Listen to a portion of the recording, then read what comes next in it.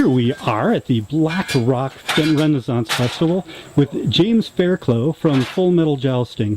Thank you for chatting with me, James. Could you tell me about how you got into the jousting? It's actually pretty funny. I didn't really know anything about the sport of jousting. I do show jumping as my profession, and you know, a couple of my friends said, "Hey, you got to check this out. It's going to be pretty cool. They're looking for the toughest and strongest riders in the country, and you know, send an audition tape." So made a quick audition tape. Before I knew it, I was in auditions in LA. From LA, made it through the riding auditions, and then I was on the TV show. It was quite interesting to have only 4 days of training in armor before going into the TV show. So a lot of the guys who do medieval times and stuff like that had a little bit of an advantage on us. You know, I had never seen armor before, never even seen a lance before. Really? So this is totally new. I'd only ever seen, you know, A Knight's Tale with Heath Ledger, and I thought that was pretty cool. Great movie. Yeah, it was a great movie, but nothing like real jousting. So. And nothing that's going to prepare you for 4 days of training and then being on TV in front of a couple million people.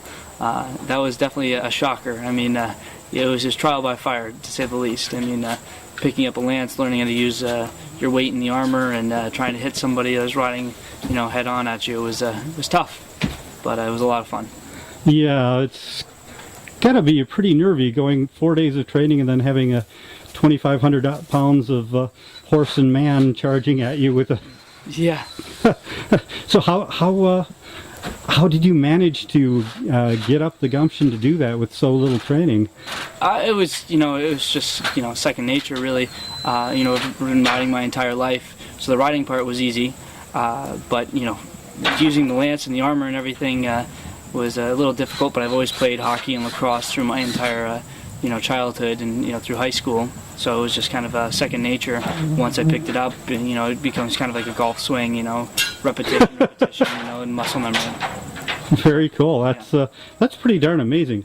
4 days of training and then you were on. Yep, that we were on. I think we had a full week of training, I believe it was, and 4 days with the lance, 2 days in armor, and that was it. So right onto TV in front of a couple million people. Say, here you go, look good. So it was fun. I'm very impressed. Thank you. And so what do you have going on from here? From here, actually, we have the joust in Madison, Wisconsin. It's a $20,000 joust for the top 8 riders from the Full Metal Jousting series. And it should be pretty interesting to be jousting in front of a live audience. And, you know, jousting against some of the guys, you know, some of us have a few scores to settle. And, you know, we only got one chance to joust each other on the TV show, but we're going to hopefully get a chance to settle those scores in real life and real person, and we'll have people watching us while doing it. So, you know, from there, unfortunately, probably be my last time jousting for the near future. I'm going to be training in a farm called, No worries. I'm going to be training in a farm called Stone Horse Farm in Litchfield, Connecticut. I'm going to be the head trainer there. Excellent. And yeah, it's going to be entertaining, to say the least. It's going to be a lot of fun. You know, I'm looking forward to some new clients, new horses, and you know, being in a new area. And you know, the family is very supportive and going to be extremely helpful in you know, helping me bring along the business there. So. Very cool. Yeah. So let me close with this. Do you have any interesting stories, something weird and wonderful that your fans would like to hear that they might not know from your from the show or from other venues?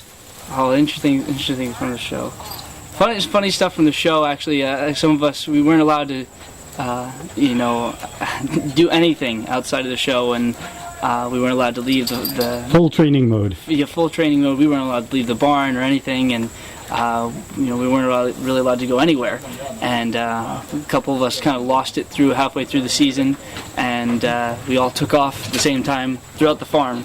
And it was pretty funny to watch the security try to chase us all down. We all couldn't take it, you know, being cooped up in an apartment with each other and, you know, trying to kill each other, you know, while jousting and everything. Just everybody took off and ran for the hills. Some of the kids made it back to, some of the jousters actually made it back, and some disappeared for a few hours, and it was quite entertaining to watch production freak out as to where they went rogue to. Oh no.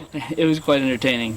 So Yeah. So were you running rogue, or were you one of the ones? Yeah, a couple times. A couple times. A couple times. A couple times you turn the microphone off and just disappear.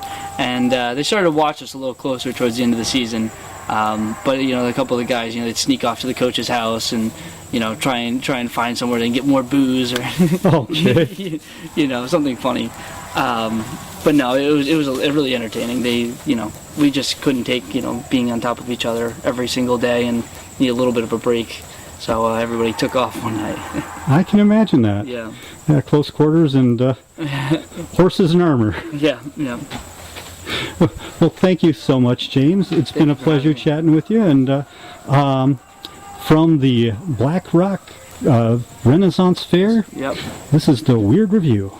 Thank you. Thank you so much.